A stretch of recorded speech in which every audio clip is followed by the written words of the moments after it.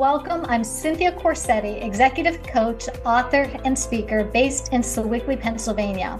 With years of experience in guiding leaders to realize their full potential, I've embarked on a new journey to bring those insights to a wider audience.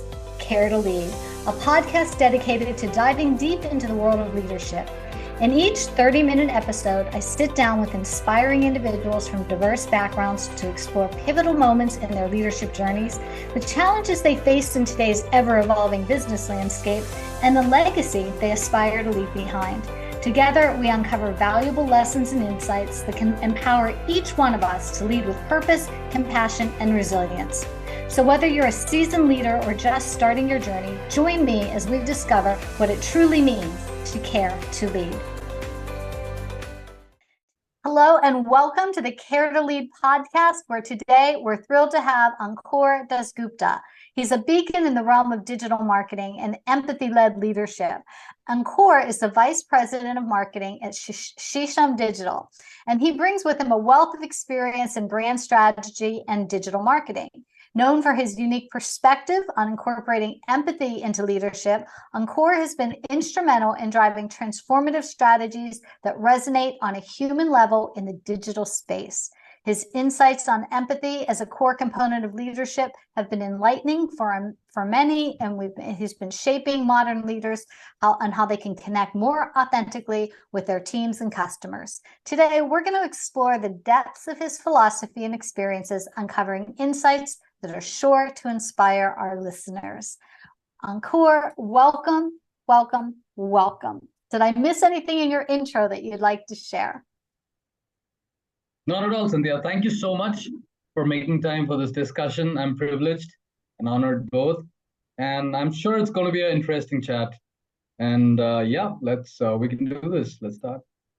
So let's just start, just getting right down to the nitty gritty. Why do you see empathy as being a very significant importance in leadership?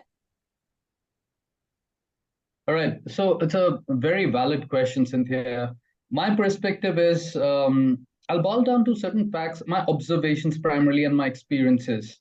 Mm-hmm. We talk a lot about empathy. 20 years back, empathy was always there. I wouldn't say empathy was not there. There had been certain organizations that practice empathy. And empathy is surrounded by, it's not a standalone word, according to me. It's surrounded by multiple concepts like understanding people, understanding how people operate, understanding the pulse of the people, understanding that people before business is a very important thing, as a priority.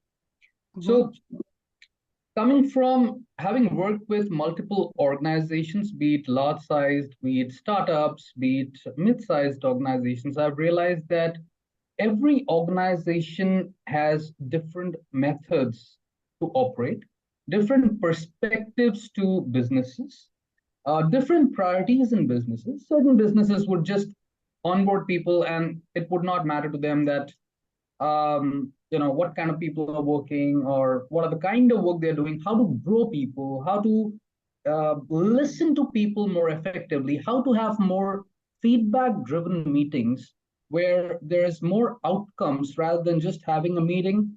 And after the first meeting, in the second meeting, we all observe that we're back to square one, right? There are multiple nuances when we talk about empathy. Because the beauty of empathy is it is applicable to multiple facets of businesses and human beings. So I would say that we talk a lot about it. My observation is that, but however, as industries and organizations, we don't invest that quality time in actually putting our belief into action. Let me put it that way. As much action that may be required, that action is not, I don't see it coming through in that high impact all across industries as it should be. So, diversity and inclusion could be one point.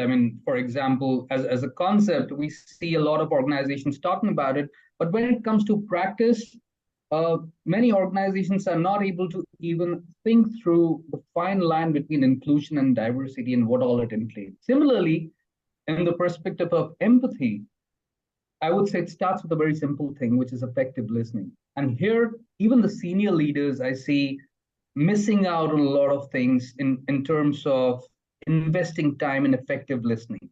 Because people don't have time. That's the reality.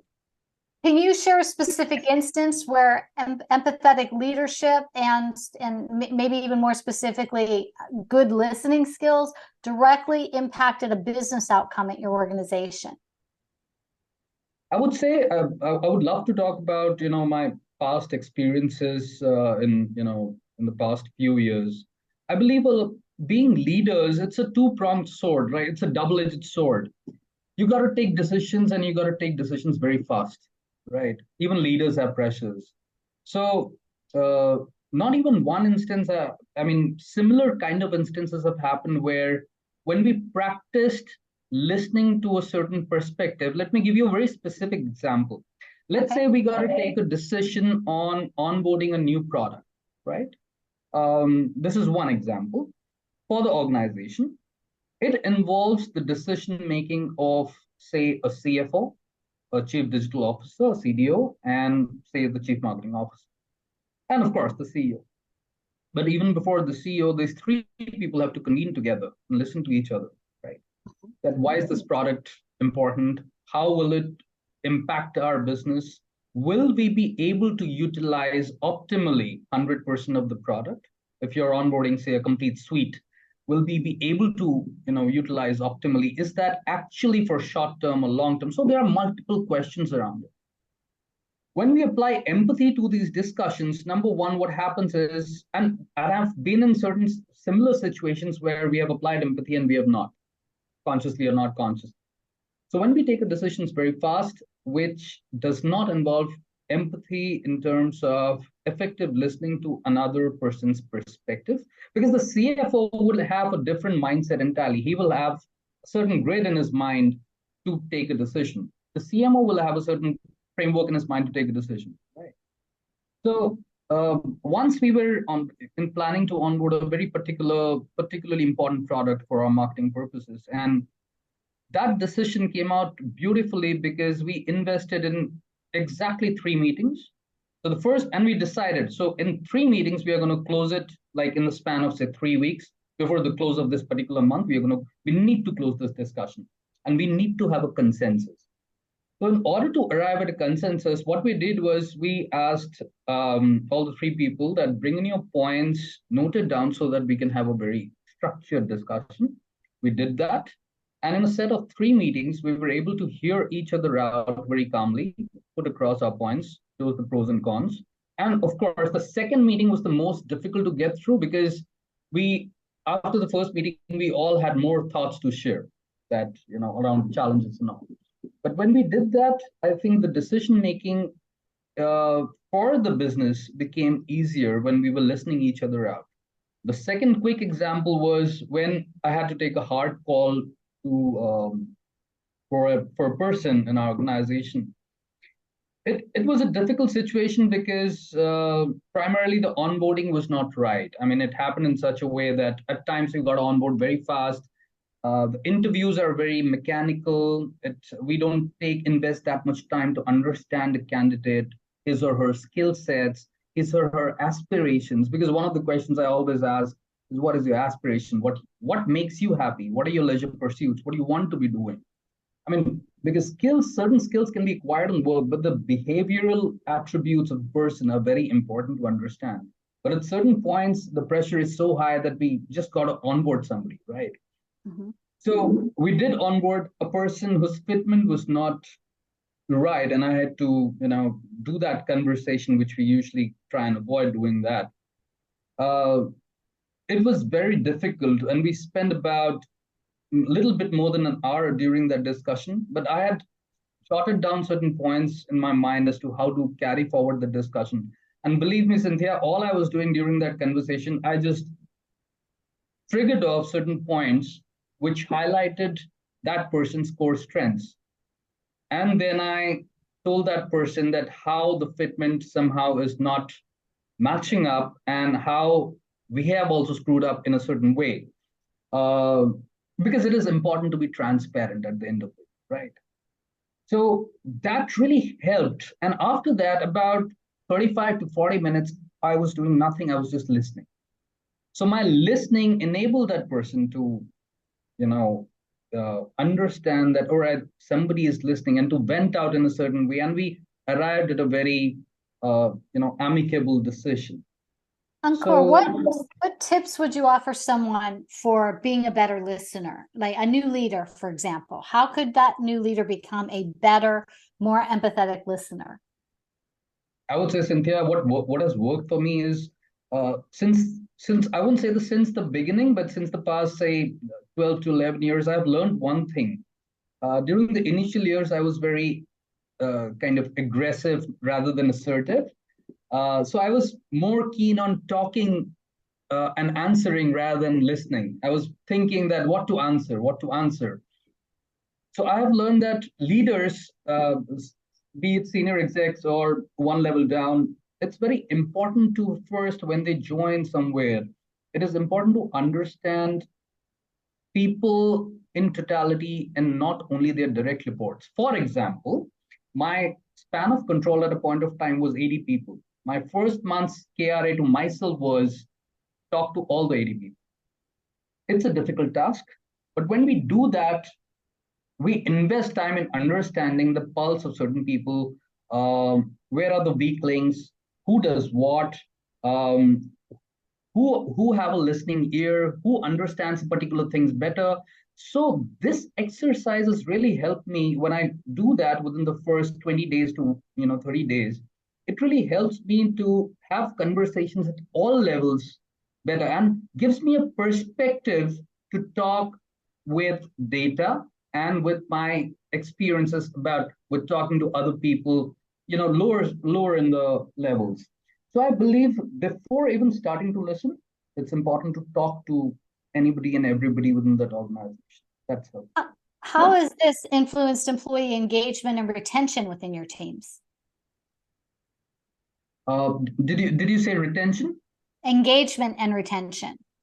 Engagement and retention. All right. So, beautiful question, Cynthia. Thank you for asking this. So, when people understand that there is somebody who is interested in speaking with you at a top level. So I'll give you this example, a small, anecdote. In one of our organizations, I was given a very plush cabin and to sit, and I was told by my then boss that, Ankur, you know what? You got to only talk to your direct reportees. Why are you spending so much time? And he observed me for the first 10 days. It was like this guy talks to, everybody. So he told me, Ankur, save on your time. Don't talk to so many people. You just talk to your, 7 direct reports. I kind of politely declined. I said, all right, I have my style of working. The work that needs to be done will be done. But I need to do this exercise because when people know that there is somebody, and people actually walked up to me and told me that uh, we have never met a person like you who comes and talk to us, who makes us feel important. I mean, 3 levels down, right? So when that trust builds up, it's entirely about trust, making somebody feel that I'm there for you. I mean, and even leaders can do that, but leaders refrain from doing that because they think very mechanically in a shell that, all right, I'm going to talk to my 2 direct reports and that's it. That's the information I'm going to have. But initial that 1 month or 2 months, if we invest in people, I think that builds that trust and efficiency, and that in turn helps and build retention gradually. Mm-hmm. Because that we can percolate down our team that practice of talking to people and not working in silos. Very much. I love that. But can you tell me then how you explain to leaders how to balance between empathy and decisiveness, especially when there's critical business decisions that need to happen? Great question, Cynthia. It's difficult. I won't say it's easy. It's very difficult when it comes to taking a business call, and there are people involved at the end of the day. It comes with conscious practice, I would say. Empathy is not a thing that suddenly we blink around and, oh, all right, today I have empathy. I mean, it does not work that way. We all know empathy is something, and posting on social media, hey, we are like this, we are very empathy driven, we are inclusive and diverse. It does not make a difference. It's absolutely okay to post, but we need to post on social media and display that when we're actually believing in that. Now, coming back to your question, I honestly don't have a specific answer to this because I don't think there is a very channelized way which can say, hey, if you do this A, B, C, then it can be, done. But I believe one of the good hacks to it is doing a lot of employee-driven activities to bring in thoughts of employees, actual employees into the picture rather than only leadership decisions. Because I have seen one exercise that has worked for me. When we say bring in creative people or bring in data people, the left brain and the right brain, what I've seen that even the data people are creative people. If you bring them to creative discussions, they have certain ideas which are mind blowing. I've like experienced that firsthand. So I would say that there may not be any one way, but in engaging the people in certain conversations could be a channel or a catalyst to for leaders to bring that decision to life and choosing having a balance between empathy and decisiveness. If I And would have answered your question in some way. how does this transfer from getting echo? How does this transfer between internal clients and like external brand strategy for your organization? How does empathy and engagement kind of cross that bridge? Look, I feel that this thing is all about frequency and vibration because what we do internally reflects, it's an inside out approach in this case. What we do internally reflects with our clients, with our businesses. And businesses are formed entirely, I would say, if not 100%, 90%, it's on trust. And businesses are retained, like employees, like our people, businesses are also retained on trust, essentially. There are multiple partners with which clients can do businesses, right? But at the end of the day, if that particular business is doing a business with me, there is some element, a bond that has formed while we are pitching. For example, if I'm doing a pitch, what I've realized that transparency in pitching really helps. And when we are doing particularly pitches to clients in terms of strategy or brand strategy, I realized that what our practices are internally as an organization, it is actually not hidden. People get to know about it in some way because people talk, people are aware. Today we have social media. Today we have people moving on from one organization to other. So the organizational culture is building is very important in the long run. So for example, we write these values in the walls: integrity, energy, or respect. When we ask these values to our people, how many of those people actually understand the meaning? I mean, of those, like this exercise, okay, tell me today, everybody, what are our 6 values? And people took time. Some people were not aware of the like 1 or 2 values. So these are the, I would say, nuances forming a bridge between our external partners and within ourselves, that what we project and what we practice internally consistently really would matter, getting more businesses on board and building our thought process better as leaders. How do you think that this whole role of empathy and leadership has evolved with the way the workflow has changed, like since COVID? We're in more of a digital age. We have remote teams, virtual interactions. How do we maintain empathy through that? Great question, Cynthia. When I was working in an organization, I had moved cities. So when I changed my city with my wife, my wife was not happy. She was like, "All right, we are moving cities. It's a pain moving cities and all." And then before we even knew it, within 3 months of my, moving to that city, and the pandemic hit. And we were like, "Wow, in a different city, pandemic. I mean, it's like insane." What we got to know that when it was disclosed that all right, everybody start working from your home, we did not have that trust instantly. We were like, will our people work? Will our people will be able to work? How do we ensure people are actually working? How do we do pitches? How do we win pitches? I mean, it was a difficult task to uh, build that trust within us. But I realized that within the first probably 15 to 20 days was a challenge because we were probably overthinking. And that's a big problem within us. So when we stopped overthinking and start working, we realized that people are actually working at their best uh, when they were not being monitored per se in office. So I believe gradually a lot of practices during the pandemic that we followed helped us to become better version of ourselves. Now we realize that importance is more to get the work done. So if a person is working remotely, or if a person is coming to office, say 2 or 3 days a week, it depends what the organization wants to practice, even after COVID, right? It's a choice that we make. But at the end of the day, if the work is not impacted, it's absolutely fine. How has your own personal understanding and philosophy of leadership, how has that evolved over the years, especially since COVID? It's evolved quite a lot, Cynthia. I mean, I would say that there have been the so-called atomic habits or atomic things that have shaped up within myself. Um, More nuanced version of it is how we understand people, because everything boils down to people, as I was saying, and leadership is more or less a state of the mind. If somebody asked me, Ankur, somebody asked me that recently, Cynthia, that do you think everybody is a leader? Everybody can be a leader? I said, I don't really think so. The job of a leader is primarily to create more leaders. And that's a very difficult task, not to create followers, right? If you are able to create more leaders and have a succession plan, then you're probably doing something right. And it's a very difficult task. Not why I'm saying this, that not everybody is a leader, but capable of becoming a leader, because those practices not everybody can do. And that practice starts with discipline. That practice starts with continuous improvement within oneself. Because if I'm not able to reflect what the other, how to understand the other person's perspective, then it becomes very difficult.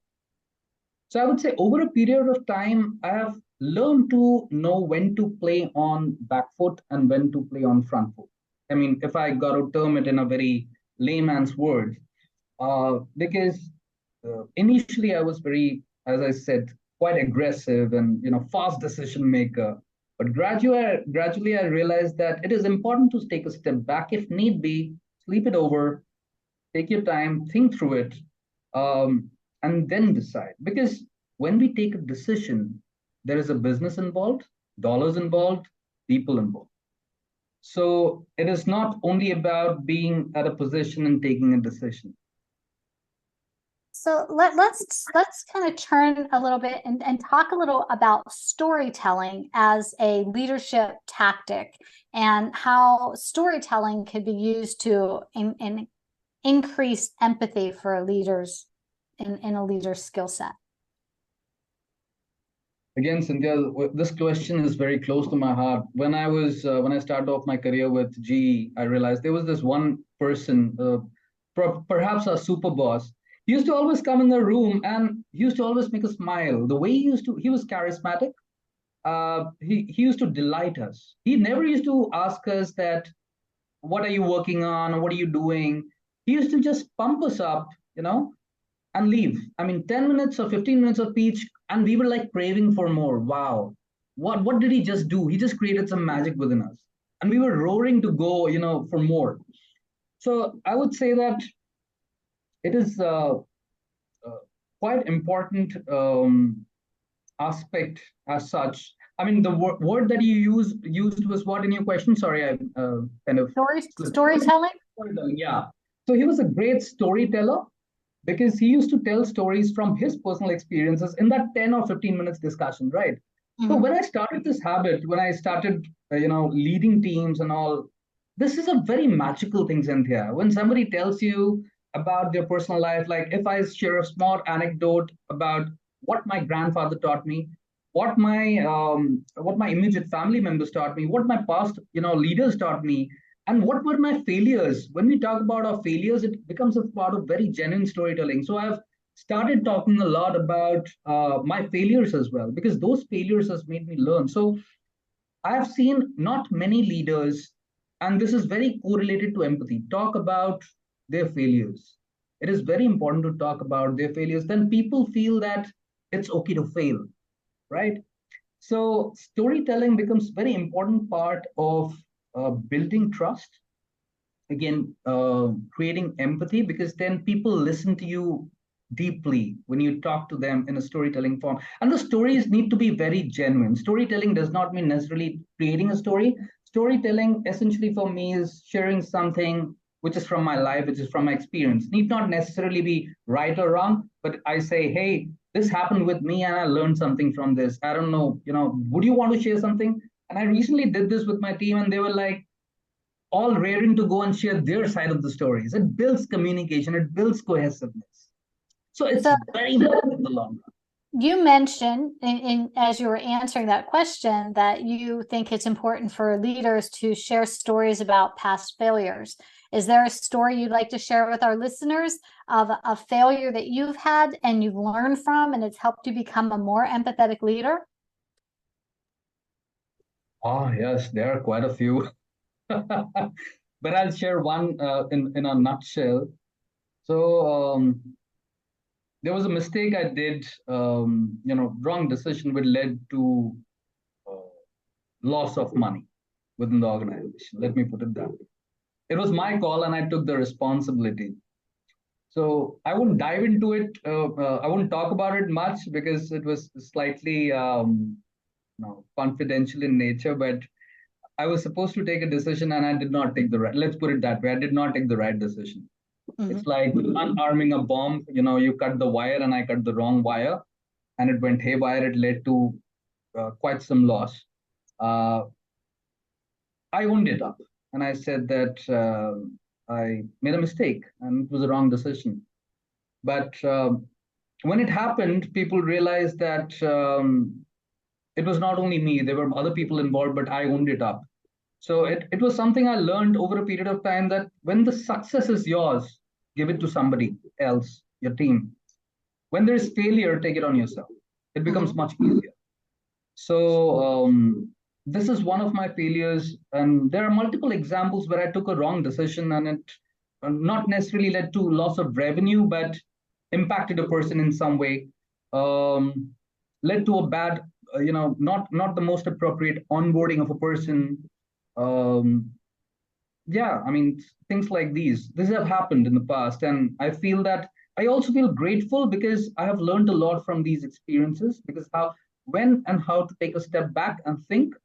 Then now I realize that I could have taken a step back and given myself like at least, a day to have waited and taken a decision, which I did not. So yeah, we all learn. Based on your experiences, though, what was the most unexpected lesson that empathy has taught you in your professional journey? That's a difficult one. I'm sure it has happened. Mm-hmm.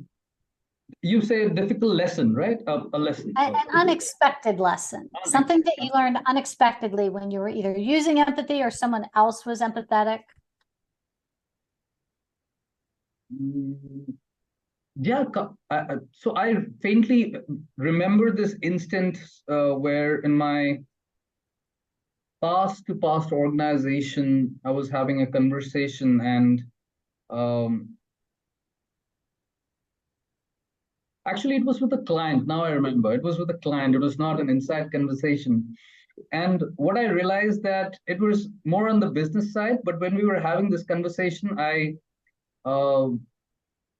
I started listening very effectively and starting to suggest few things which could improve that decision for the client, because there were certain things we needed to improve at our end. So I had no other choice but to also effectively listen and to also put myself in their shoes, because that he was a senior person in the business, and I exactly knew how it's going to impact him and his team.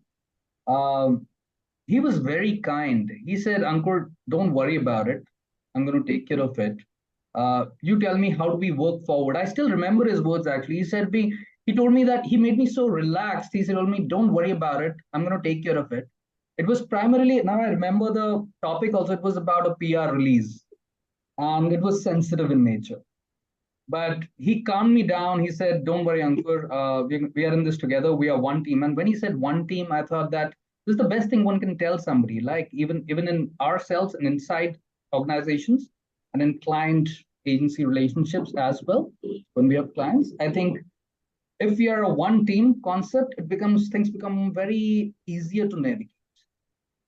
Excellent. I love that. And as we wrap up, I want to ask if there's one key piece of advice that you could give to aspiring leaders about incorporating empathy into their leadership style, what would it be? I would say it may sound cliched, but there are essentially two things. Avoid working in silos. I think the C-suite needs to talk to each other more often. There's inherent problems in here, I think, in many industries, many organizations. Call it ego clashes, call it difference of opinion. It's okay to have difference of opinion, but it's important for C-suite to meet over coffee more often than they do. So be it primarily the CFOs and the chief, CCO and CDO and the CEO. These people need to meet more often, not only for taking business calls, but over coffee and having casual discussions and knowing each other better, because this is very important. Otherwise, everybody is in their different zones, and it becomes who suffers at the end of the day. It's the people who suffer at the end of the day because they are not aware of what's going on at the C-suite level, right? This is one. And the number two level is number two suggestion, maybe not an advice suggestion, is don't ask your group heads to talk to people. Like there are leaders I've seen, hey, come here, you should talk to your people. So I would say that leaders should, rather than doing only town halls, annual town halls, they should take up time and quarterly once, or if people are already doing it, it's good. But I've observed it's very rare. People should talk to everybody more often. When I say more often, at least once a quarter is good enough, if not every month. But it really helps the people to, as you mentioned about retention, building trust, empathy. These things are not visible. These things can only be felt, right, Cynthia? So I feel these are the two things I would want to leave with. Ankur, that is great advice, great insight. I can't thank you enough for sharing your philosophy and your thinking and your insights with our listeners today.